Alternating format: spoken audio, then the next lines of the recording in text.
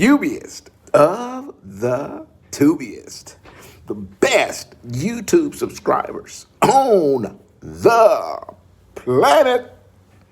That's you. And I'm 50 plus, and I'm still in Tulsa. We got a couple more days left, and then class will be done. Actually, it's last day is Monday, but basically, the way the schedule looks is that they're just simply going to give us our students on Monday, but Sunday nothing. It's off, and so just now till Saturday, and then we're done. And it's long days every day, but there's a lot of information, and it's useful information, and you're learning some stuff, so it's not bad. Okay, I was dreading having to be out here that long, but it's not that bad. But I'm going to answer a couple of you guys' question. Michael Bennett. He says he's doing a veteran program for tankers. I wonder what company you're with. Okay, here we go. Here's another one. Michael Bennett. I want to say thank you for encouragement and motivation. All right, thank you. I'll be starting my career in a couple of months. Again, thank you. He's going to do. That's what he's saying. He's going to do tanker. I had another subscriber who asked me to talk a little bit about tanker, and to be quite honest with you, I don't know a whole lot about tankers. I wish I could give you some, other than surges and and you better have a hazmat and all that good stuff. I'm not really up on tanker. I do have a tanker endorsement, but I have tanker endorsement for something different. Not because I wanted to haul fuel or anything like that. I have a tanker because on dry van, even on flatbeds, you can carry pelletized liquids that requires you to have a tanker, even though it's on a flatbed or in the back of a dry van trailer. So I get them the tanker license because endorsement, because I just don't want to be limited, basically. But as far as pulling a tanker, no, I couldn't. I can't tell you I can't give you much information on it. Unfortunately, I wish I could, but if I can't, I'm definitely going to be honest with you and say that I can't.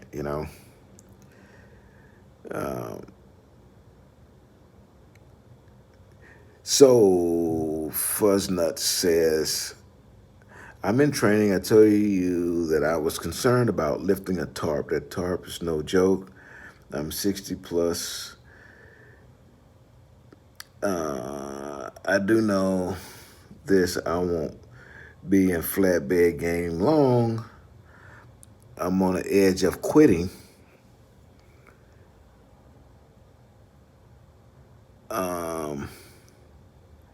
There's no BS I've heard so far.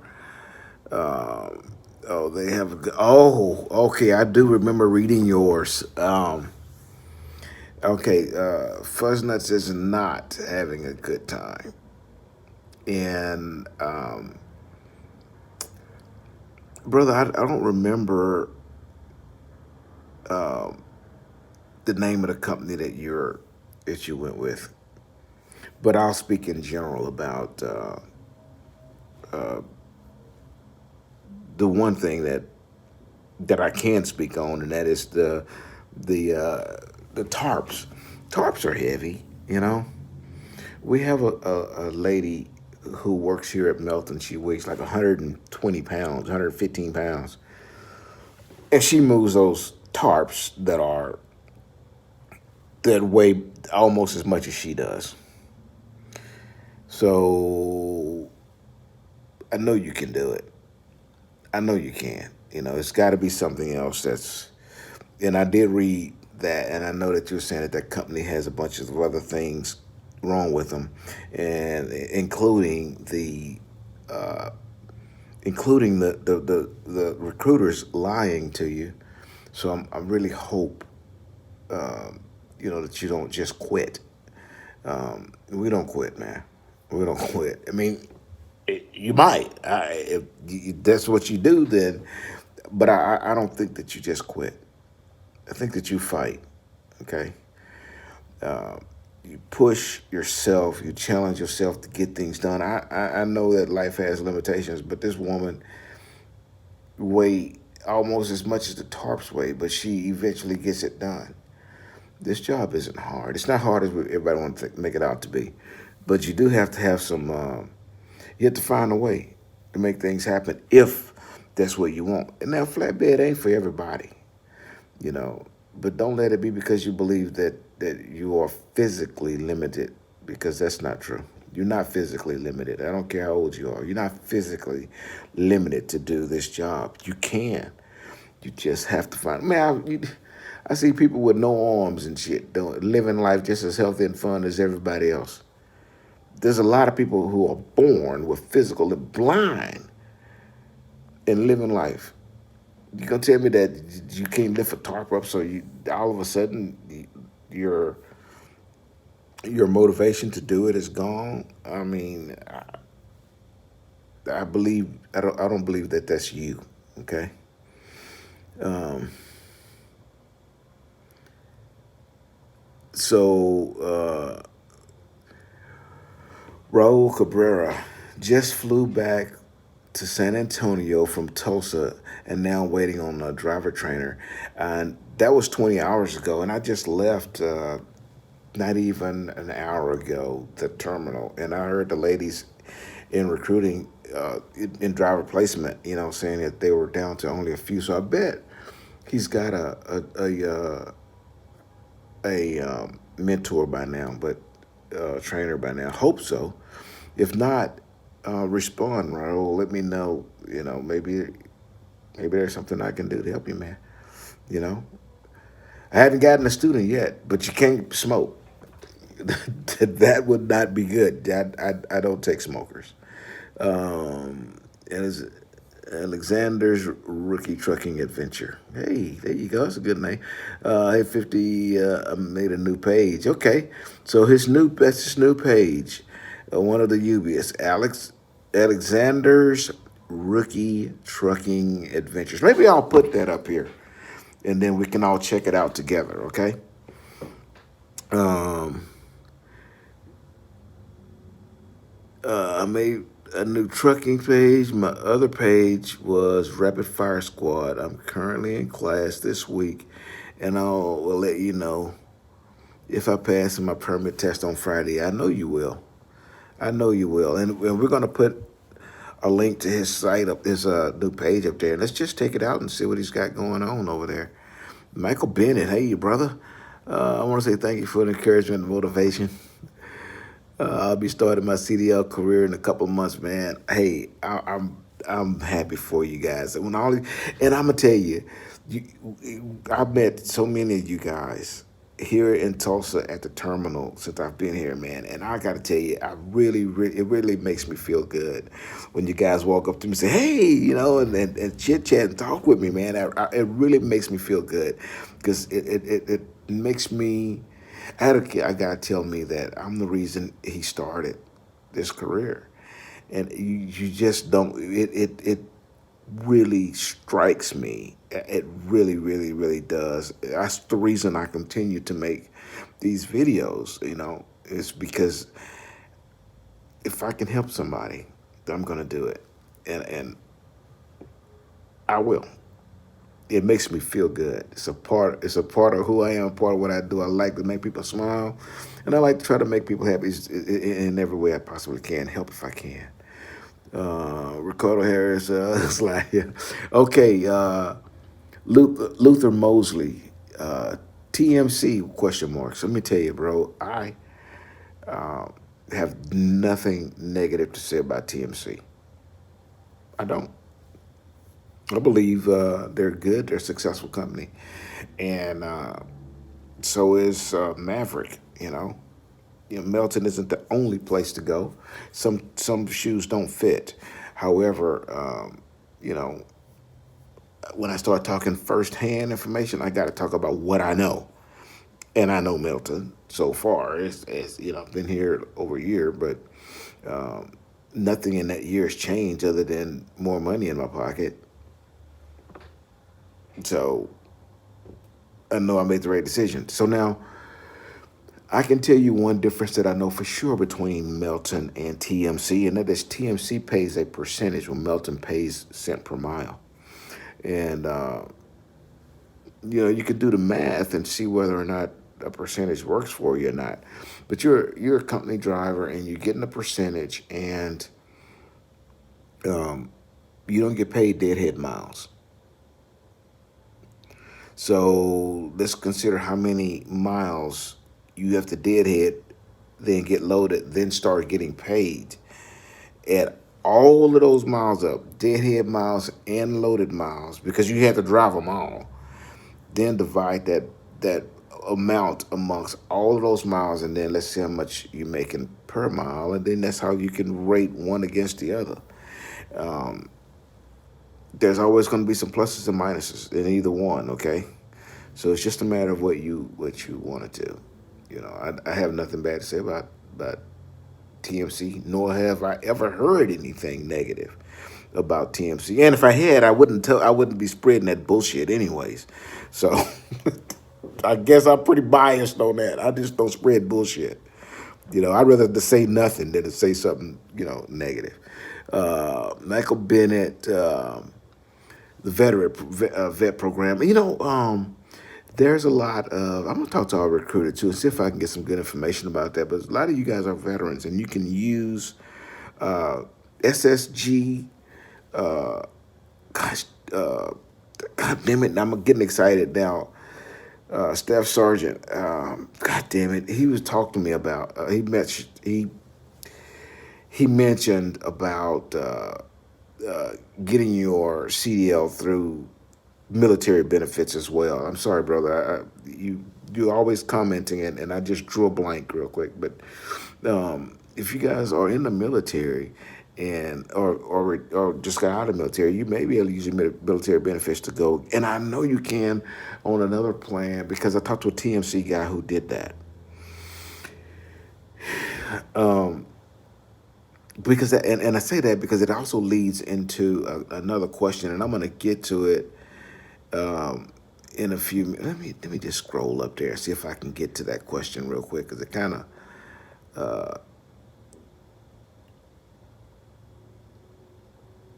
of morphs into it. Here he goes. Texas Marine. He says, I'm really looking at Swift, but my brother wants me to drive for Stevens, and he wants me to come be on his truck for training. What do you think about getting your CDL on your own? I've been hearing. Oh, it says I've been hearing because of the Big C-19, you can't get an appointment at the DMV. Well, he's talking about in Texas. I don't really know that situation is all that bad. Okay, and another thing is a lot of companies schools that you go through, and you can check with the school before you go there.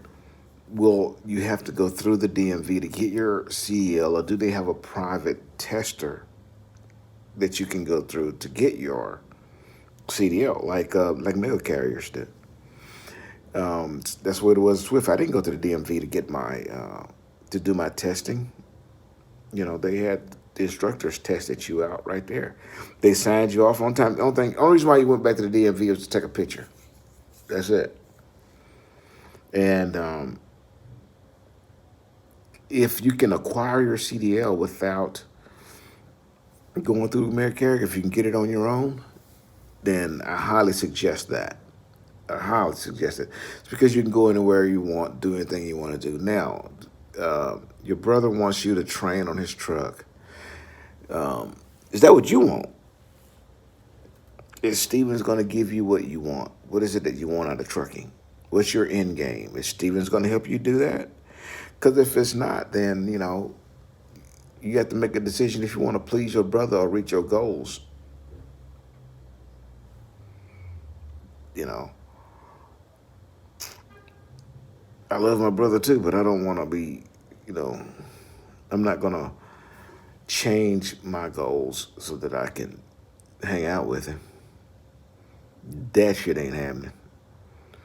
I'm going to try to scooch one more in here and then I'm going to let you guys make it. Mr. Badamile, what's going on, brother? I hope everything is going well with you. Another one of the brothers, the Blue Brothers. Lance H. Lance H says, taking my first step on Friday. I have a DOT physical scheduled. I'm older than you lucky son of a gun, you. 58, but I'm in good health. As far as I know, God, I hope you don't find out anything raggedy when you get there. Um, I'm a widower. Sorry to hear that. I'm planning on, I think, if things work out well with me in trucking, sell my house and live in the truck. Do you know anyone who does this? A whole shitload of people do that. And what are some of the challenges? I can't see paying a mortgage and being OTR. That comes from a man with some experience right there. Okay, because I really don't understand it. I even hear YouTube truckers saying, you know, buy a house and all of this shit, and you want to be OTR, and you 22 years old, 24 years old. You don't buy no house, man. Nowadays, not if you're gonna be an OTR driver, you don't have anybody at home. You're not. If you can't pay cash for it and put a renter in it, then you're not going to be successful with real estate because you don't know what you're doing. And who about to tell you that you know that that's right? They don't know what the hell they're talking about. Tell you right now, because I am successful in real estate. I know what I'm talking about. That is a bonehead move. Now, what this man, Lance H, is saying, I know he's got some experience. I know he's got some life experience. 58 years old, so and he been there, done that. Got the T-shirt. He say buy a truck, set his house so he got to pay a mortgage. He ain't say get in the truck and then rent his house out and then make money on the mortgage and let somebody else pay your mortgage out. That is the, oh my God. Don't listen to that bullshit. Whoever tell you that, tell them to get on here. I will start a live. Get them on the phone so that them and I can talk about it live so you guys can hear me break them down into little bitty nuggets because they don't know what they're talking about. You will not outpace interest. You cannot do that. Okay? It just ain't gonna happen. That's if building wealth was that simple, everybody would do it. Come on, man. So yes, that's a good idea. Sell your house if that's what you want to do. If you want to live in your truck, you're single, you don't have a family at home, and his idea is cool. Because wherever your home is, wherever you park your truck. You can rent a hotel room and be a citizen of Maine today, and then the next month be a citizen of New York when you get a hotel room there and spend a week, and whatever you want to do. You're not tied to a homestead because you've been smart enough to not let it just sit there and have issues that you're paying for, and it's not benefiting you. Plain and simple. I don't care what anybody say. If it's your homestead, it's a liability. Okay. If you know anything about accounting, an asset puts money in your pocket. A liability takes money out of your pocket. And a house takes money out of your pocket. It is a liability. I don't give a shit what anybody tell you. That's the truth. Okay. Anyways, I'm sincerely hoping that this video helps a couple of you guys and answered a few of y'all's questions. And I'll be done with school and I'll be starting to take students on Monday. Okay? So I'm going to keep you guys updated. I appreciate your time. I'm going to eat and I'm going to get some sleep because I'm tired. Okay? Till I see you again. Deliver undistracted. And here's your boop. Yeah, boop.